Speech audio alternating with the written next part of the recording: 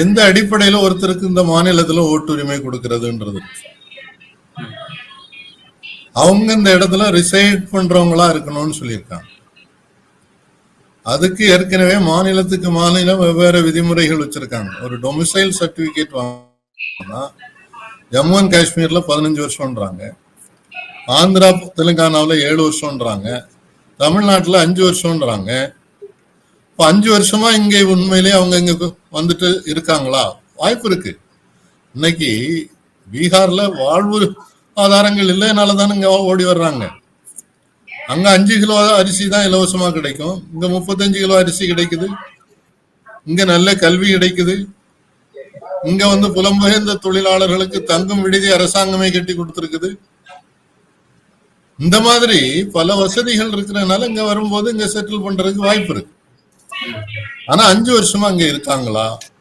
எப்போ அவங்க அதை பதிவு செய்தாங்க? டொமிசைல் சர்டிபிகேட் யாரு கொடுத்தா?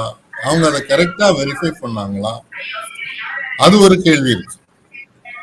ரெண்டாவது, ஒரு டொமிசைல் சர்டிபிகேட் வாங்கிட்டதுனால இங்க வாக்குரிமை கொடுக்கிறது நியாயமான்ற ஒரு கேள்வியும் எனக்கு இருக்கு.